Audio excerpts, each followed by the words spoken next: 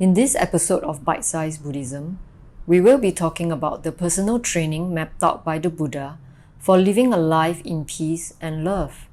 And yes, we need to train our minds because peace and love are conditions that are caused by actions. It does not come about from nowhere. Most of us would like to live in a place that is safe, where people are in harmony. We would also like to experience peace and happiness with those around us and not be in an environment where there is conflict. However, in recent times, we are witnessing a lot of strife, blame, and changes in our environment. Is it possible to advocate change without violence but with calm? Promote unity instead of divisiveness? And face inevitable changes with patience?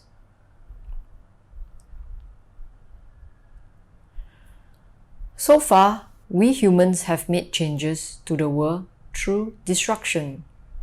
When there is a disagreement, we discuss, and if discussion doesn't work, we argue.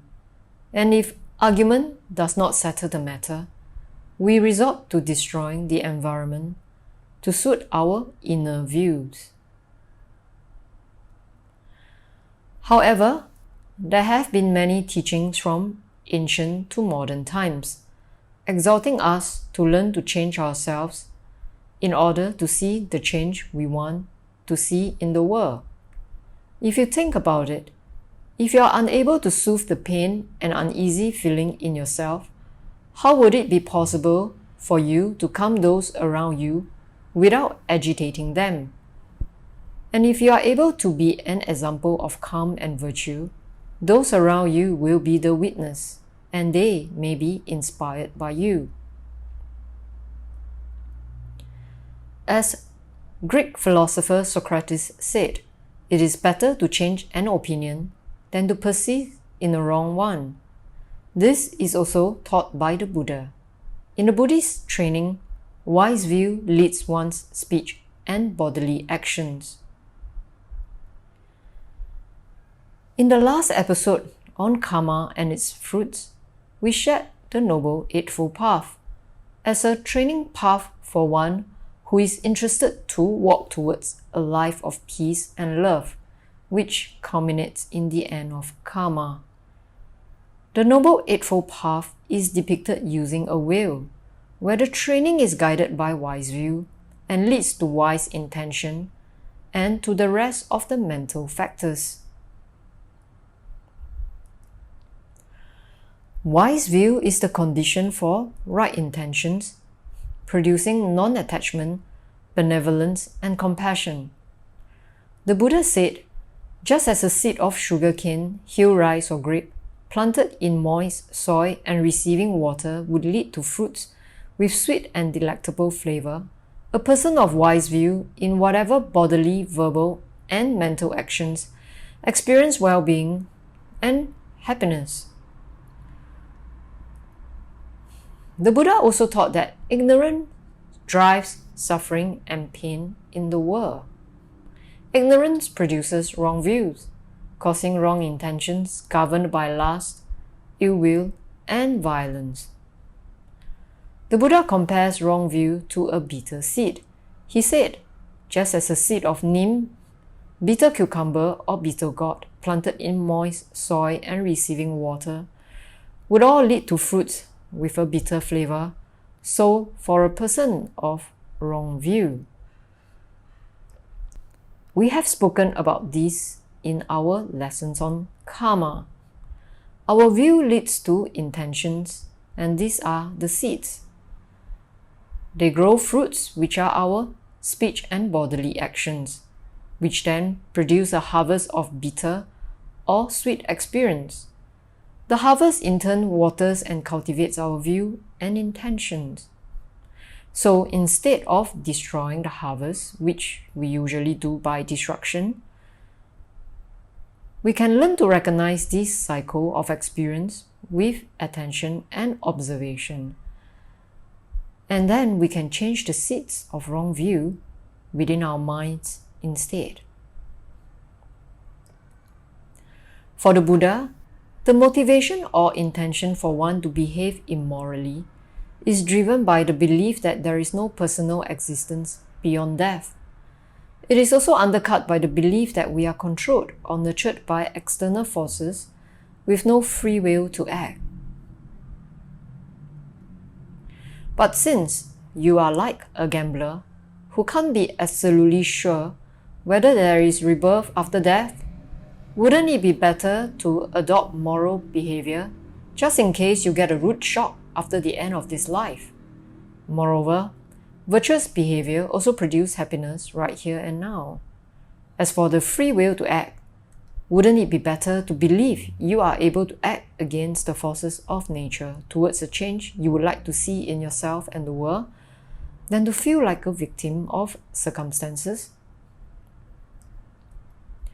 When it comes to training the mind, the Buddha always taught generosity first when teaching householders who are not yet to make an end of karma. He then preached virtuous behavior followed by mental cultivation to the householders.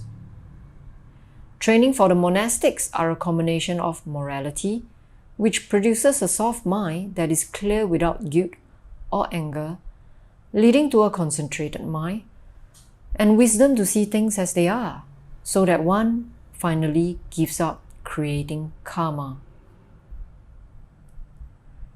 Although generosity is not part of the Noble Eightfold Path, it is of prime importance as the beginning practice to the path of liberation or peace.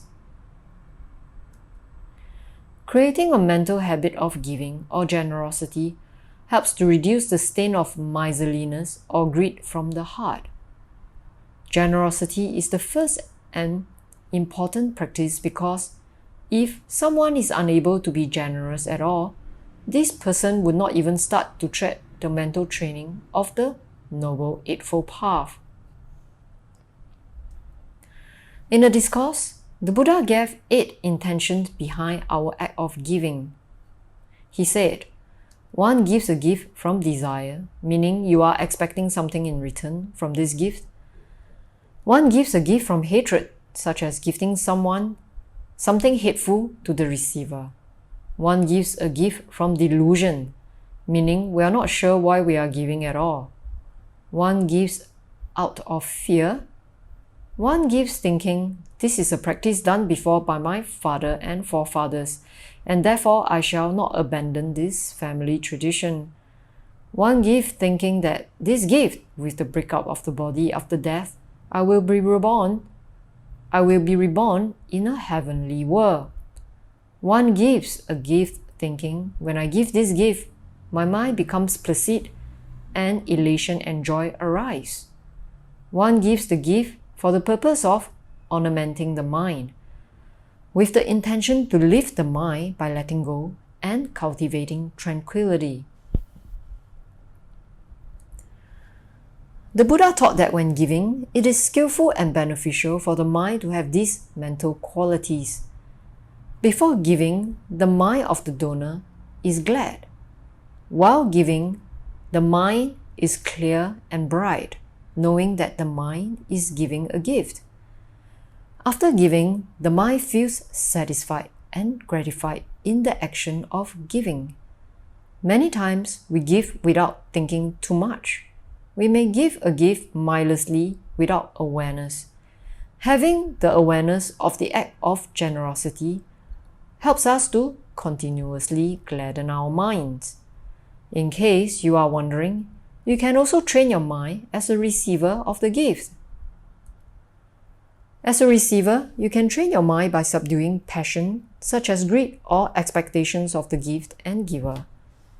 Secondly, the receiver also practices to subdue or reduce aversion from receiving a gift, such as a gift from someone you dislike, or the gift itself which you may think is useless for you. Lastly, the receiver also practices to subdue or reduce delusion in this act of receiving the gift, by not being confused, by being clear that you are receiving a gift and appreciative of what has been given. When these mental factors are made aware and practiced by both the giver and the receiver, the Buddha said that it produces a nutriment of bliss for the mind, leading to heavenly states mentally. It is pleasing, charming, beneficial, and pleasant to all.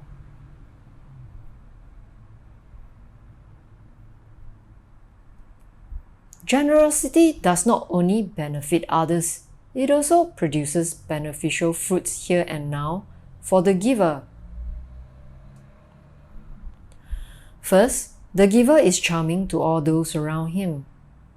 He is also admired for his generosity and well respected by good people and people of integrity. His reputation also spreads far and wide. Wherever the giver goes, he or she can approach any assembly of people without embarrassment, but with confidence. Last but not least, one who is generous, after the breakup of the body, he or she reappears in a good destination, a heavenly world, according to the Buddha. And we have come to the end of this week's lesson on bite-sized Buddhism. If this content resonates with you, please seek out other materials to understand the teachings of the Buddha clearly. Thank you.